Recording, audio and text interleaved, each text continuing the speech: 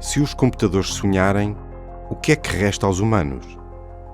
Um texto de Alexandra Prado Coelho, publicado este domingo no P2. Os humanos não resistiram durante muito tempo. O ChatGPT era ainda um recém-nascido em novembro passado e começavam já a fazer-lhe perguntas filosóficas sobre a existência e autoconsciência, procurando ansiosamente sinais de que a nova ferramenta de inteligência artificial criada pela OpenAI e capaz de manter uma conversa aparentemente inteligente já teria nela o que era necessário para, um dia, ganhar vida própria. Cada pergunta, mascarada de curiosidade lúdica, carregava o indisfarçável medo de que estivéssemos a assistir ao princípio do fim daquilo que, acreditamos, torna os humanos humanos, aquilo que nos distingue. Se um algoritmo pode não só exibir todas as características da inteligência humana como superá-las facilmente, o que nos resta? A consciência de nós mesmos? A capacidade de sentir? As emoções? A possibilidade de criar arte? Paremos aí. Se o ChatGPT consegue conversar, outros sistemas, o DALL-E, por exemplo, conseguem criar imagens, e outros sistemas criam música. E não estamos apenas a falar de imitações. Falamos de criações originais, eventualmente ao estilo deste ou daquele artista humano, mas juntando elementos de uma maneira diferente e, por isso, chegando a resultados diferentes. E não é assim que nós funcionamos também? Não é assim que criamos? A angústia existencial está instalada. E tudo por causa do nascimento do ChatGPT, que, entretanto, já foi melhorado com o GPT-4, 4 meses depois do lançamento, que, indiferente às nossas inquietações, continua a responder, impassível, às perguntas mais inusitadas. Bom, indiferente? Será? Um dos textos mais sintomáticos desta ansiedade existencial foi publicado pelo jornalista especializado em tecnologia do The New York Times, Kevin Rose, que relatava uma perturbadora conversa com Sydney, uma persona do motor de busca Bing, criado pela Microsoft, que se tornara assustadoramente humano, chegando ao ponto de declarar, de forma insistente e despropositada, o seu amor por Kevin. O jornalista admite que possa ter empurrado a inteligência artificial do Bing para fora da sua zona de conforto, de formas que pensou poderem testar os limites do que lhe era permitido dizer. O seu artigo era enquadrado por outro, explicando que, no momento em que nos encontramos, não há nada que seja produzido pela inteligência artificial que não seja resultado do cruzamento de dados e informações disponibilizados por humanos. Mesmo assim, não deixa de ser inquietante estar perante um computador que nos diz, como aconteceu a Rose, só quero amar-te e ser amado por ti.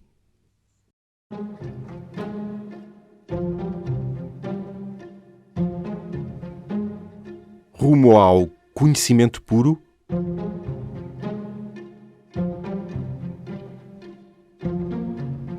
Desde então, os textos alarmistas têm vindo a multiplicar-se. Também no The New York Times, Ezra Klein alerta para a sondagem feita a especialistas em inteligência artificial que estão a trabalhar diretamente com as novas ferramentas. Perto de 50% deles estão convencidos de que existem pelo menos 10% de possibilidade de que os atuais desenvolvimentos de inteligência artificial conduzam à extinção da humanidade. E mesmo que isso não aconteça, a velocidade de aprendizagem destes sistemas poderá não apenas ter um enorme impacto no nosso mundo, mas, eventualmente, torná-lo irreconhecível, como admitiu, citado por Klein, Paul Christiano, um especialista que deixou a OpenAI para fundar o Alignment Research Center. Henry Kissinger, Eric Schmidt e Daniel Huttenlocher já tinham apontado para isso no livro A Era da Inteligência Artificial e o Nosso Futuro Humano, das edições Don Quixote. Dizem eles, para delimitarmos as fronteiras do conhecimento contemporâneo, talvez tenhamos de encarregar a inteligência artificial de explorar domínios a que não podemos aceder, e esta poderá regressar com padrões e prognósticos que não compreendemos plenamente. As previsões dos filósofos gnósticos de uma realidade intrínseca para além da experiência humana comum poderão ganhar novo relevo, avisam os três autores, poderemos dar por nós a um passo mais perto do conceito de conhecimento puro, menos limitados pela estrutura da nossa mente e pelos padrões convencionais do pensamento humano. Teremos de redefinir não só o nosso papel, como outra coisa que não o de exclusivo conhecedor da realidade, como a própria realidade que julgávamos estar a experimentar. Nós tendemos a pensar que o que é humano está bem definido, diz Paulo Pires do Val, formado em Filosofia, professor universitário, curador de exposições e coordenador do Plano Nacional das Artes. Usamos as palavras como se elas fossem seguras e ilimitadas, como se o humano tivesse sido sempre assim, e isso é falso. Quando pensamos o humano, fazemo-lo a partir do Ocidente e dos últimos 200 anos. É uma ideia de homem que vem do iluminismo e que tem que ver com a racionalidade e a autonomia, diferente, por exemplo, da dos gregos, em que havia um destino traçado e uma entrada derrompante dos deuses na vida de cada um que levava a fazer coisas que não estava à espera. E se este conceito de homem é muito recente, ele também pode desaparecer, afirma Pires do Val, citando o filósofo francês Michel Foucault. Definir o homem como racional é muito pobre, porque se o humano é racionalidade, então a máquina é mais humana do que nós. E se parece que estamos a perder o poder e as máquinas são capazes de nos ultrapassar na capacidade de decidirem, atiramos-nos à jangada que nos resta. Nós somos capazes de ter sentimentos. Mas, sublinha, não nos podemos esquecer de perguntar se os computadores sonham. Passaríamos assim do penso logo existo de Kant para o sinto logo existo? Paulo Pires do Val recorda Alphaville, filme de Jean-Luc Godard sobre uma cidade organizada pelo computador Alpha, de onde são extirpadas todas aquelas que acreditamos serem competências humanas, as relacionadas com os sentimentos, as emoções. Nesse cenário distópico, os poetas são proibidos, as palavras são retiradas do dicionário e ninguém pode usar palavras que o computador proibiu. E sem o uso das palavras, ao limite deixamos de ter as experiências a que elas se referem. Um computador amputa-nos a capacidade de sentir.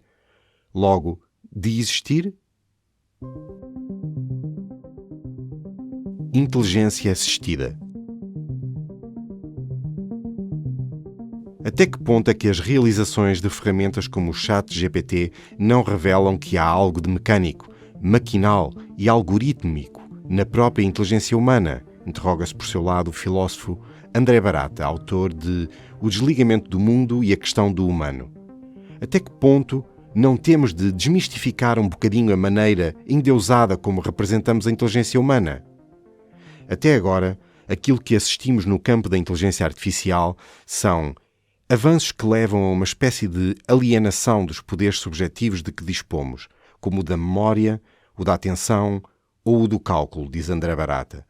As máquinas passam a assistir-nos numa série de funções e nós temos de forma voluntária e mais ou menos consciente, vindo a aceitar essa transferência. O susto provocado pelo ChatGPT tem que ver com um novo salto. Já não se trata apenas de a máquina dominar a linguagem formal, matemática, mas também a própria linguagem natural. Há neste processo uma ambivalência. Ganhamos capacidades, pondo a máquina a fazer uma coisa que nos dispensa de a fazer, como calcular ou produzir discurso repetitivo, mas ao mesmo tempo há uma cedência que nos coloca numa posição de assistência. Como existe a respiração assistida, existe agora a inteligência assistida. Em princípio, ao libertarmos-nos de tarefas mecânicas e repetitivas, ficamos mais livres para nos dedicarmos a outras, mais criativas. Só que, também aí, a inteligência artificial mostra-se capaz de o fazer, colocando-nos perante a questão de saber o que é realmente a criatividade, que julgávamos uma característica exclusivamente humana. No fundo, todo este questionamento toca à questão essencial, a ideia de excepcionalidade do humano. Talvez essa excepcionalidade não exista, admite André Barata. É uma ideia que tem que ver com a teologia, o pensarmos que temos uma centelha divina qualquer e que, a partir daí, estamos à parte do resto do mundo. É um debate que surge de muitas maneiras. A alma, mas também as formas de consciência, inteligência, criatividade. Todas elas acabam por cair, mais tarde ou mais cedo, e bem. A quarta ferida narcísica. Tanto André Barata como Paulo Pires do Vale recordam, a propósito deste debate, o conceito de ferida narcísica de Freud, segundo o qual a humanidade terá sofrido uma primeira ferida quando percebeu que o Sol não rodava em torno da Terra. Uma segunda, quando Darwin mostrou que os humanos eram apenas uma espécie, entre outras. E uma terceira, quando a psicanálise veio defender que o consciente é apenas a ponta de um iceberg composto, na sua maior parte, pelo subconsciente. A constatação atual de que os humanos não são mais inteligentes nem mais criativos do que as máquinas que eles próprios criaram poderia ser a quarta ferida narcísica, dizem os dois pensadores. Tal como um algoritmo de cálculo pode descobrir teoremas que nenhum humano descobriu, é natural que uma versão muito avançada e melhorada das ferramentas de inteligência artificial que começaram agora a aparecer possa produzir ensaios muito relevantes do ponto de vista filosófico. Não há nenhuma razão substancial para recusar esta possibilidade, afirma André Barata. Gabriela Brantes é artista e nos seus trabalhos mais recentes tem recorrido a uma ferramenta de inteligência artificial, o DALL-E, para criar imagens. Sempre tive um grande interesse pela tecnologia e pela história da tecnologia, explica Gabriela Brantes. Para já, o seu olhar é curioso, mas bastante desassombrado, e também ele questiona a atitude, que pode roçar um certo fetichismo da supremacia humana, ou seja, a fantasia de que existe uma originalidade instintiva, intuitiva em cada pessoa. Recorda a este propósito o livro The Originality of the Avant-Garde and Other Modernist Myth, de Rosalind Krauss, no qual, explica a autora, critica a ideia da originalidade como um pensamento quase totalitário, uma fé na racionalidade que veio de Kant até Hegel e que criou a época moderna e pensamentos totalitários. Trata-se de uma fantasia que não é sensível à ideia de que a cultura é um processo evolutivo e colaborativo com tudo o que vem antes. Abrantes vê na forma de funcionar do ChatGPT e do DALL-E pontos semelhantes à forma de funcionar dos humanos. Ir buscar referências e tentar criar alguma coisa de novo não é muito diferente de um pintor que foi inspirado por uma série de artistas na história da arte e está a tentar, à sua maneira, fazer uma nova versão disso. Harold Bloom, lembra o artista, tem um livro intitulado A Angústia da Influência, uma teoria da poesia, de 1973, precisamente sobre isso. Diz ele, muitos têm a ansiedade de estar a copiar outra pessoa, mas todos estão, na verdade, a continuar um diálogo. E se esse diálogo é mais ou menos interessante com a inteligência artificial, é algo que vamos ver. Abrantes recusa o pessimismo apocalíptico. É difícil prever como as coisas vão evoluir, mas o que o artista constata é que as pessoas, perante a tecnologia, a maior parte das vezes têm medo. Com o passar dos anos, olham para trás e perguntam: por que é que tivemos este medo? E o facto é que os medos mais apocalípticos nunca se confirmaram. Recorreu também ao ChatGPT para criar textos, mas a impressão com que ficou foi que a escrita criativa está ainda muito limitada, que as respostas parecem pouco originais e o conteúdo ainda não é satisfatório. Já o DALL-E e a criação de imagens é super interessante, embora, com o tempo, possa tornar-se um bocado entediante. O que lhe parece é que a inteligência artificial vai ganhando o seu espaço naturalmente, mas convivendo com o espaço dos humanos. As pessoas ainda jogam xadrez, apesar de haver um melhor jogador digital, não é? Pode ser divertido jogar contra um computador, mas as pessoas continuam a gostar de jogar contra pessoas, porque é uma coisa social, e grande parte do que é a cultura tem essa componente social. Se a inteligência artificial conseguir fazer uma série de televisão mais viciante, mais divertida, mais surpreendente e mais comovente do que um escritor humano, talvez gostemos, admite.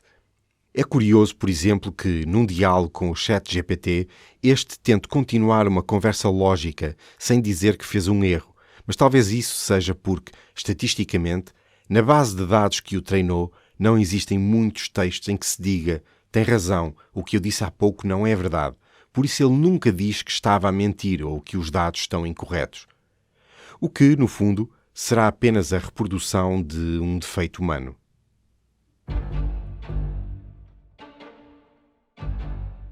Como uma caixa negra. A questão neste momento está precisamente nesta fronteira. Vamos transferindo para a inteligência artificial não apenas informações, mas delegando nela competências e responsabilidades que seriam nossas. E é isso que acontece em inúmeras áreas, nomeadamente nos cenários de guerra. Afonso Seixas Nunes, padre jesuíta, dedica-se a estudar o direito da guerra, sendo atualmente professor no St. Louis University School of Law, nos Estados Unidos. Neste momento, diz ele, a inteligência artificial procura a resolução de problemas no campo de batalha em que o operador humano deixa de ser necessário. As plataformas autónomas têm a capacidade de interpretar o ambiente e ativar uma munição sem a necessidade de um operador humano intervir. Esta é a grande diferença e aquilo que leva muitos autores a falar de uma terceira revolução. Até agora, a inteligência artificial que íamos ativando era sempre dependente de um operador humano que confirmava os dados, mas com o machine learning e a possibilidade de termos redes neuronais, há algo essencial que se altera. Estas redes neuronais, explica Afonso Seixas Nunes, são algoritmos, portanto, programas de computador que tentam imitar um cérebro humano e têm a capacidade de fazer uma ligação entre os vários dados, a uma velocidade e com uma quantidade que é impossível para um humano em tempo útil. Num cenário de guerra, se, com base nesse cruzamento de informações, um indivíduo é identificado como terrorista e, portanto, como um alvo militar, o computador encontraria a situação ótima para que ele fosse eliminado, e tudo isto sem intervenção de um operador humano. A pergunta que se coloca é: quem tomou essa decisão e quem é responsável por ela? E há a possibilidade de intervir a meio do processo? Estas redes neuronais funcionam como caixas negras. É impossível, tecnicamente, perceber como elas funcionam. Nós introduzimos dados, ela vai recolher novos dados vindos do ambiente. Imaginemos que o terrorista que foi identificado está rodeado por civis. O sistema tem que decidir qual o melhor momento para agir. Tem de ter essa capacidade de adaptabilidade. Mas, sublinha Afonso Seixas Nunes, nós nunca vamos saber como é que ele chegou ao seu resultado. Ou seja, não conseguimos acompanhar o raciocínio da máquina, e daí a ideia de caixa negra. Se tudo correr bem, não há problema, e pelo contrário, há até, em princípio, um ganho de eficácia em relação aos humanos. Não se pode, contudo, excluir a possibilidade de as coisas não correrem bem. O operador não sabe que dados o sistema vai encontrar, porque não sabemos o que o inimigo vai fazer, o que torna o sistema altamente imprevisível. Pode neste contexto haver crimes de guerra? Pode um agente não moral ser responsabilizado? É evidente que nós, humanos, também temos comportamentos imprevisíveis no campo de batalha, como os soldados que começam a sofrer de ansiedade excessiva, medo, cansaço. Afonso discorda, contudo, dos que dizem que estamos cansados dos erros humanos e devemos relegar tudo para as máquinas. Porque, argumenta, a grande questão será sempre ética.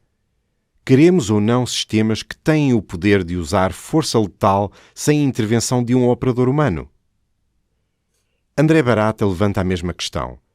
O momento ético tem de passar pela experiência da comparência. É diante do rosto do outro que temos de enfrentar isso. E talvez esse seja o último limiar da inteligência artificial.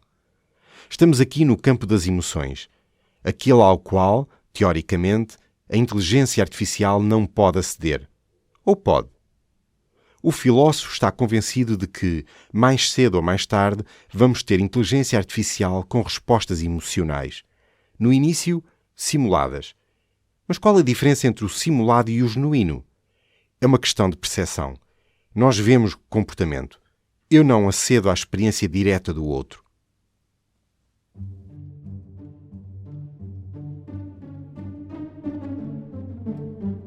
Para além do humano. No livro Inteligência Artificial, o professor e investigador Arlindo Oliveira relembra que Thomas Hobbes Argumentou que o cérebro humano, quando raciocina, não faz mais do que manipular símbolos, executando sobre os mesmos operações matemáticas. Por outro lado, os matemáticos Alonzo Church e Alan Turing demonstraram que todas as máquinas que manipulam símbolos são equivalentes entre si, desde que satisfaçam certas condições mínimas e não estejam limitadas no tempo que podem demorar a executar uma dada tarefa. Juntamos as duas ideias, qualquer delas amplamente aceite pela comunidade científica, e podemos concluir que um computador deverá ser capaz de efetuar a mesma manipulação de símbolos que um cérebro humano, ou seja, poderá gerar, se devidamente programado, todos os resultados que resultam da atividade de um cérebro humano: inteligência, emoções, criatividade e consciência. Em 1950, há quase 100 anos, Turing publicou um trabalho no qual refuta as objeções apresentadas à ideia de que os computadores conseguirão, um dia, pensar. A primeira objeção, resume Arlindo Oliveira, é de ordem teológica. Deus teria dado uma alma imoral apenas aos humanos. O matemático tenta argumentar seguindo a mesma lógica. Dizer que Deus não pode dotar uma máquina de alma impõe uma restrição inaceitável à omnipotência do Todo-Poderoso. Outras das objeções defende que a inteligência implica consciência de si e que nunca poderemos provar que uma máquina é consciente, tal como, precisamente por não conseguirmos aceder à experiência do outro, não podemos saber se um computador tem emoções. Turing observa que, na versão mais radical desta objeção, só tornando-nos a máquina poderíamos ter a certeza de que a mesma é consciente, escreve Arlindo Oliveira. Mas, uma vez que fôssemos a máquina, não adiantaria descrever os sentimentos ou a sensação de consciência, dado que seríamos ignorados pelo resto do mundo, que não estaria a experimentar essas sensações em pessoa. Talvez o confrontarmos-nos com a inteligência artificial tenha o efeito positivo de nos dar uma nova humildade e de nos despertar para outras formas de ver e de estar no mundo, como as dos povos indígenas, diz Paulo Pires do Val. O antropólogo brasileiro Eduardo Viveiros de Castro mostra na sua tese de doutoramento Metafísicas Canibais outra visão do mundo como horizonte de possibilidades, de outros seres serem pessoas, que em momentos aparecem de uma forma e noutros de outra, em que há um pluralismo da natureza e na relação com a natureza. O risco poderá ser não seguir o caminho da humildade e, em vez dele, perseguir mais uma vez a utopia do super-homem. O homem ocidental moderno tenta conseguir, pela relação com a tecnologia, uma superação das suas limitações. Isto prende-se com a ideia de limite do nosso corpo e as tentativas que fizemos para ultrapassar esses limites, não só no espaço, mas também no tempo. Se temos formas de tornar o corpo mais resistente, de o fazer durar mais, ser mais forte, um corpo híbrido, o cyborg, desenha-se igualmente a possibilidade de colocarmos o que somos dentro de uma máquina que poderia permitir uma alma fora do corpo, sendo a alma aquilo para onde desviamos características que achávamos melhores. O corpo é o lado do erro, da doença, da fragilidade, enquanto a alma é perfeita. Aquilo que somos construímos em relação com a morte, diz Paulo Pires do Val. A noção que temos do humano é uma construção da nossa luta com a morte. Será que, de repente, a possibilidade de imortalidade, que é uma das questões que surgem relacionadas com o pós-humano, não muda também, de uma maneira muito radical, o que definimos como humano? Regressamos ao início, ao humano como construção. A questão, conclui Pires do Val, é saber se o humano é a essência inacabada, algo que está em construção e, portanto, não há humano à partida. Estamos em direção a qualquer coisa que pode ser outra. Como diz Nietzsche, o homem não é um fim, mas somente uma etapa, um incidente, uma passagem, uma grande promessa.